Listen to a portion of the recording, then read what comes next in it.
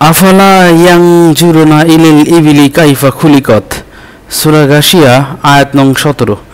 অর্থাৎ এই আয়াতটা অর্থ হচ্ছে, কোরআনের আয়াত, এই আয়াতটার অর্থ হচ্ছে, তবে কি তারা উটের প্রতি দৃষ্টিপাত করে না, কিভাবে তা সৃষ্টি করা হয়েছে।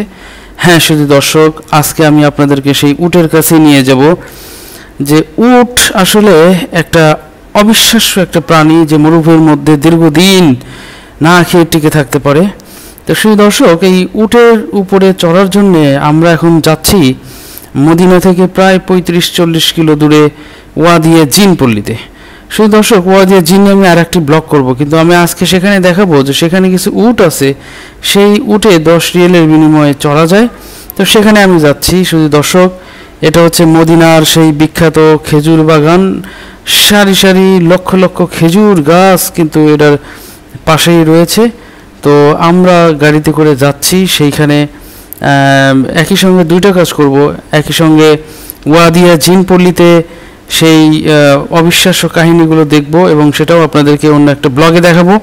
কিন্তু আজকে শুধু দর্শক, আমি আপনাদেরকে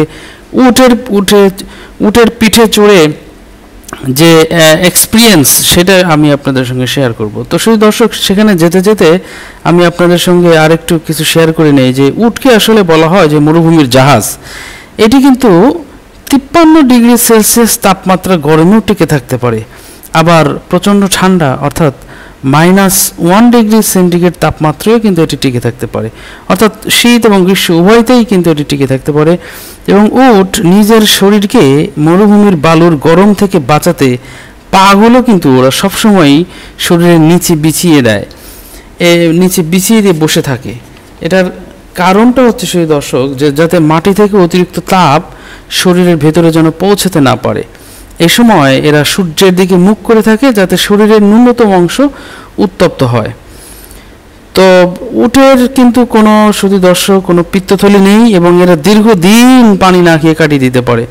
এবং এরা যখন পানি খায় একসঙ্গে কিন্তু 250 লিটার পানি পান করতে পারে।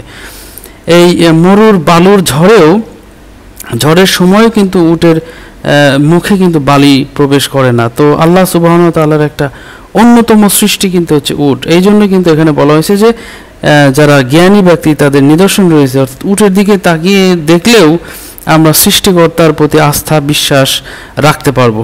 তো সেই দর্শক, আমরা কিন্তু সেই খেজুর গাছগুলো পাড়ি দিয়ে মরুভূমির মধ্যে, দেখুন এখানে একটা লেক আছে, সেই লেক ধরে আমরা চলে যাচ্ছি সেই ওয়াদিয়া জিন পল্লীর দিকে, যেখানে উট বাঁধা থাকে এবং সেখানে 10 রিয়ালের বিনিময়ে নাকি উটের পিছনে চলা যায়। তো সেই দর্শক দেখুন, আমাদের সৌদি আরব, আমাদের প্রিয় নবী হযরত মুহাম্মদ সাল্লাল্লাহু আলাইহি ওয়াসাল্লাম কিন্তু এ পথে গিয়েছেন এবং এই ওয়াদিয়া জিন পল্লীর দিকে তিনি কিন্তু গিয়েছেন এবং রাস্তা না পাওয়াতে পরে তিনি সেখান থেকে ফেরত এসেছেন। অর্থাৎ রাস্তার ডেড এন্ড কিন্তু বলা যায় এই যে ওয়াদিয়া জিন। সৌদি আরবের কোনো রাস্তা কিন্তু শেষ হয়নি, কিন্তু এই রাস্তাটা একেবারে শেষ হয়ে গিয়ে আবার ঘুরিয়ে দেওয়া হয়েছে। এরপরে শত শত পাহাড়, হাজার হাজার পাহাড়, সেই পাহাড় ভেদ করা আসলে দুর্ভেদ্য। সেখানে নাকি জিনদের বসবাস থাকে। তো সেটা নিয়ে আমি আরেকদিন ভিডিও করব। তো শুধু দর্শক, আমরা প্রায় পেয়ে গেলাম। তো এই যে দেখুন, আমরা কিন্তু চলে এসেছি। এই যে চারপাশেই দেখুন পাহাড়, অন্য কোনো রাস্তা কিন্তু আর নেই, এখানেই কিন্তু রাস্তা শেষ। এই যে আমি এখানে আপনাদেরকে একটু চারদিকে ঘুরিয়ে দেখিয়ে দিচ্ছি। এখানে একটা ছোট্ট মসজিদের মতো রাখা আছে নামাজ পড়ার জন্যে, ওয়াক্তের নামাজগুলো এখানে পড়া যায়।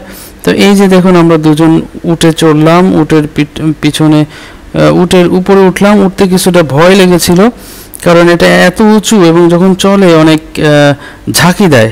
তো যাই হোক, এই সংক্ষিপ্ত এটাই ছিল উটের পিছনে চড়া। এবং এখানে কিন্তু আমি ফ্যামিলি সহকারে যেহেতু গিয়েছিলাম, এখানে কিন্তু অনেক কিছু কিনতেও পাওয়া যায়, বিশেষ করে আখের রস।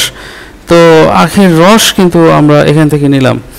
তো শুধু দর্শক, অর্থাৎ বুদ্ধিমান লোকেদের জন্য কিন্তু উটের অপূর্ব সৃষ্টি এবং মহান আল্লাহকে চেনা যায়। এবং আল্লাহ তাআলা কোরআনের সূরা আল ইমরান আয়াত 190 তিনি বলেন, নিশ্চয়ই আকাশ ও পৃথিবীর সৃষ্টিতে এবং রাত ও দিনের আবর্তনে বুদ্ধিমান লোকদের জন্য নিদর্শন রয়েছে। তো শুধু দর্শক, আজকে এই পর্যন্তই। আল্লাহ হাফেজ।